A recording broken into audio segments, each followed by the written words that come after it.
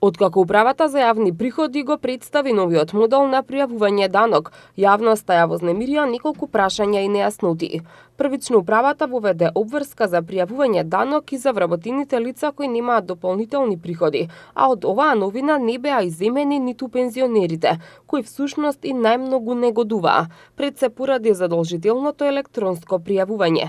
И покрај напорите на управата за јавни приходи да успее новиот модел на пријавување данок и со сите олеснувања, како ополномоштување на друго лице, кое би ја пополнило годишната даночна пријава и со присуство на пензионерот би отишло до најблиската канцеларија на УЈП, управата сепак одлучи да отстапи од намерата.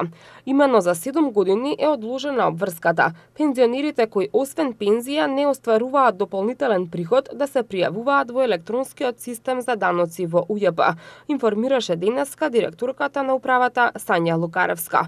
Со цел непречено да тече регистрацијата на даночните обврзници, управата за јавни приходи започна со поставување на мобилни шалтери во општините низ Македонија, а мобилни екипи на управата ги посетуваат домовите на изнемоштените лица, кои не се во состојба сами да се регистрираат и да го однесат документот.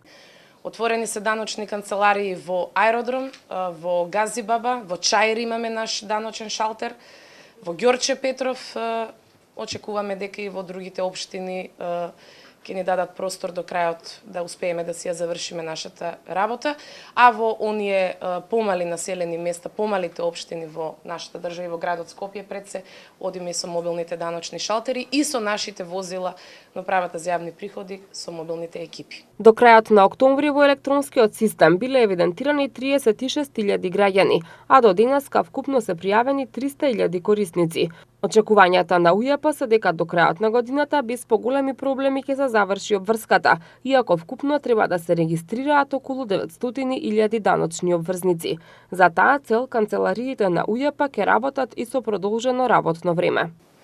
Во Скопје, значи во регионалната дирекција Скопје, сите шалтери се на располагање за регистрацијата на физичките лица. Континуирано доаѓаат, работиме и значи не работиме до 4,5, туку работиме и повеќе од предвиденото законски утврдено работно време. Известувавме и до медиумите дека работиме и во сабота, за да помогнеме на оние кои што не можат во тек на неделата да дојдат во оние работни денови. Одговарајќи на новинарско прашање, зошто граѓаните и покрај електронското евидентирање мора да однесат пишан документ во управата, Лукаревска рече дека тоа се прави заради заштита на нивните податоци. Предизвикот на оваа реформа, на оваа новина е што регистрирањето еднаш се прави и тоа трае за целиот период понатаму. Проблемот, ако е тоа проблем, меѓутоа не можам така да го дефинирам, дека мораат граѓаните да доаѓаат повторно со цел да се верификува целиот оној процес, за да го заштитиме идентитетот на секое физичко лице, а врз основа на тоа да ги заштитиме и нивните податоци и да бидеме уверени и ние самите дека вистина станува збор за тоа конкретно физичко лице, бидејќи кога станува збор за данок, не сакаме да се доведеме во ситуација ке некој да пресметаме повеќе или помалку. Се во интерес на веродостојноста на податоките. Граѓаните кои имаат потреба да дојде кај нив мобилна екипа, може да се јават на телефоните на управата и да договорат термин.